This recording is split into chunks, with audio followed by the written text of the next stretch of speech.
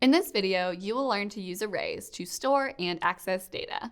In the first JavaScript lesson, we discussed the three basic data types: strings, numbers, and booleans, and how to assign those data types to variables.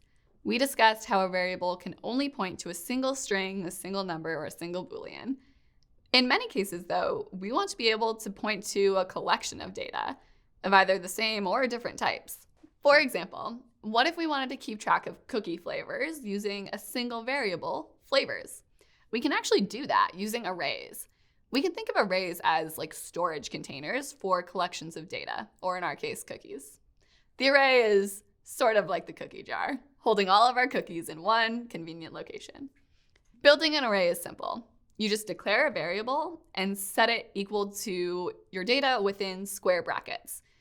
Inside the square brackets, we can add however many strings, numbers, or booleans that we want the container to hold, separated by commas. And then we can access those items whenever we want. For us, that might look like const flavors equals, and then a full list of flavor strings: chocolate chip, sugar, peanut butter, lemon crisp, all separated with a comma. Just like the string data type, which has a built-in .length property, the array also has a built-in .length property. In fact, the array has a lot of useful built-in properties and methods. We'll be discussing those in later lessons. Just as string.length counts the characters, array.length will return the number of items in an array, which can be useful for any number of reasons, including loops, and for counting related items. Returning to our cookie example, flavors.length would return 4 because there are 4 types of cookies in the flavors array.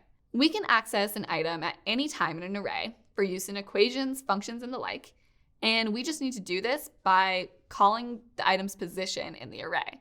Items are given a numerical position called an index according to where it is in an array, in order. So an array's numerical order always starts at 0. So the first item in the array is the 0th index, the second is the first index, the third is the second, and so on.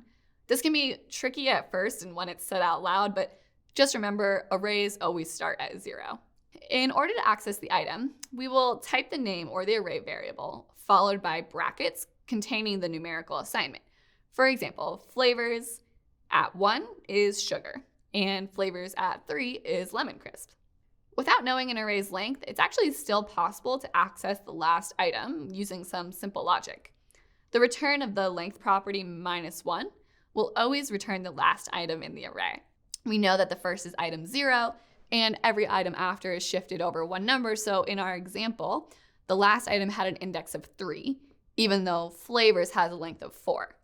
When we don't know the number of items in an array, or want to dynamically access the last item in an array, we can do so by calling the array name with arrayname.length -1 as the index. In our example, flavors at flavors.length -1 would return the last item, which was lemon crisp.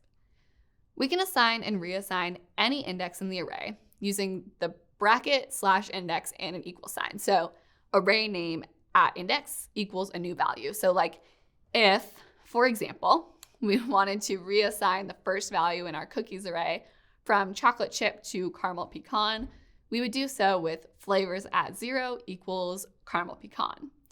Then when we console log flavors, we would see a new array: caramel pecan, sugar, peanut butter, and lemon crisp. Our challenge today is to edit a relatively ugly code base into something nicer using an array. This code contains a random number generator, picking any number between 1 and 8, and a bunch of conditionals to assign a value to the variable fortune. It's basically a really simple Magic 8-ball game.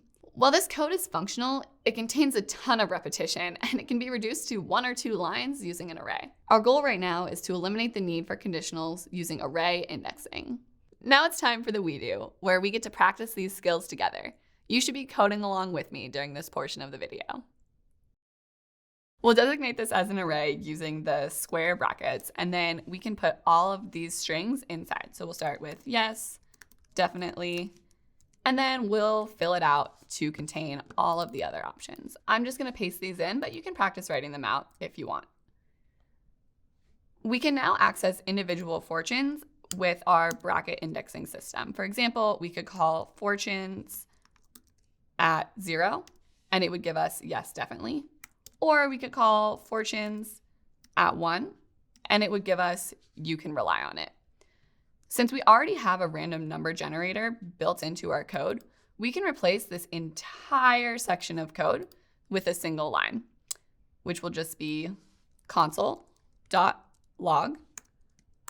fortunes at the index of our random number, which is called answer.